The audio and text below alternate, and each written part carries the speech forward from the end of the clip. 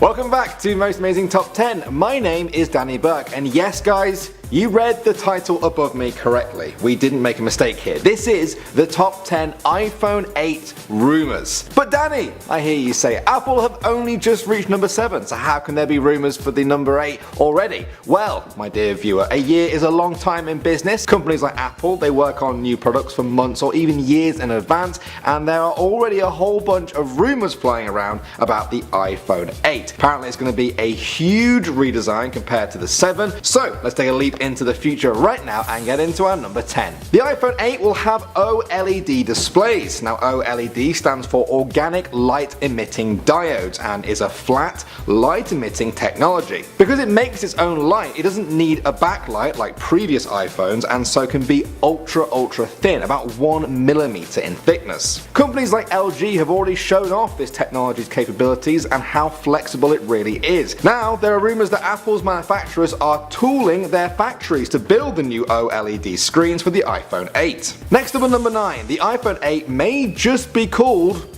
the iPhone.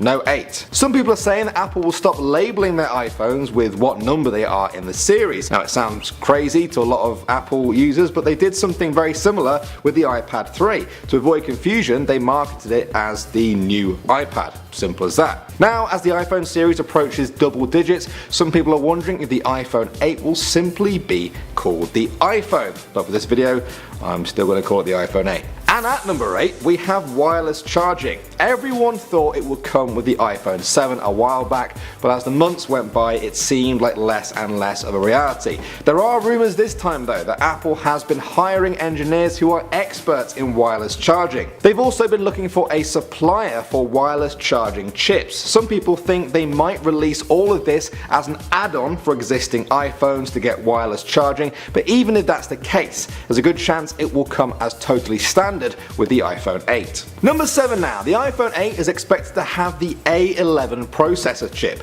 TSMC, the company that supplied Apple with the A10 processor for the iPhone 7, is expected to begin production of the A11 chip in early 2017. Now they won the contract from Apple for the A10 by producing a more compact design with better power efficiency, and the fact that they've already won the rights for the A11 seems like they're heading in that direction again, even if we don't know the full specs yet. At number 6 now, the iPhone 8 might be all glass on the outside. The iPhone 5, 6, 7 and all their variations had metal cases, but the iPhone 8 is expected to be all glass. Glass is obviously more fragile and actually heavier than aluminium, or aluminum, whatever you guys say, but analysts don't see this as being a problem. The last iPhone made out of glass was the iPhone 4, but since then there have been big advances in glass technology which will make them tougher and lighter than ever. They hope that a glass body will make the iPhone 8 better suited to wireless charging and also boost the phone's antenna signal.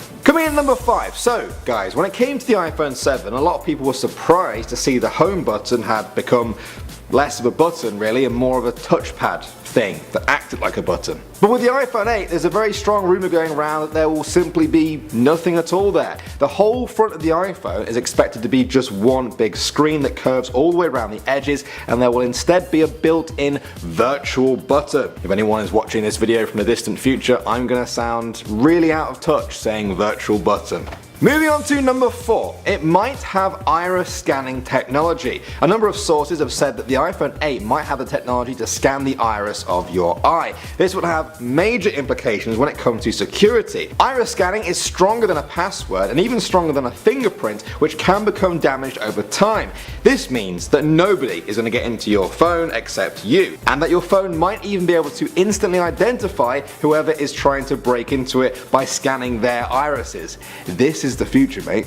Next up at number 3, the iPhone 7 Plus has a dual camera system for enhanced photography quality, but this apparently won't become standard quite yet. It's rumoured that the iPhone 8 will just have a standard camera, and that Apple intend to save their improved cameras exclusively for their high-end models. In that case, it will come with the iPhone 8s instead. Coming in at number 2, the iPhone 8 might be flexible and bendy, like that. In 2013, it was spotted that Apple had applied for a patent for flexible electronic devices, along with a whole bunch of schematic drawings. Now, it didn't come along with the iPhone 6 or 7, but now rumors that it will be in the 8 are louder than ever. Some people have theorized that apps could be opened by bending the phone in a certain way, or maybe even using gaming somehow. The implications are as mysterious as they are numerous. And finally, at number 1, when is all of this apparently coming out? Well, Apple have stuck to a fairly routine schedule with their iPhone releases over the last few years, coming out in the first week or two of September every year since 2012. So, based on that, it makes sense that the iPhone 8 will follow suit in 2017. And based on what I've seen, my guess is September 13th, 2017. You can quote me on that, hopefully I'm not too wrong. But 2017 is also the 10-year anniversary since the release of the original iPhone, so who knows, maybe they'll release it on June 29th, exactly 10 years after they released the iPhone. It's anyone's guess, but these are the rumors so far, guys. Do you have any theories of your own? Maybe leave them in the comments below. Maybe we'll do a follow-up video in a few months and see how wrong or right we are so far. But until then, guys, thanks as ever for watching Most Amazing Top 10. My name's Danny Burke. You can find me on Instagram somewhere down there, and I guess I'll see all you guys in the next one.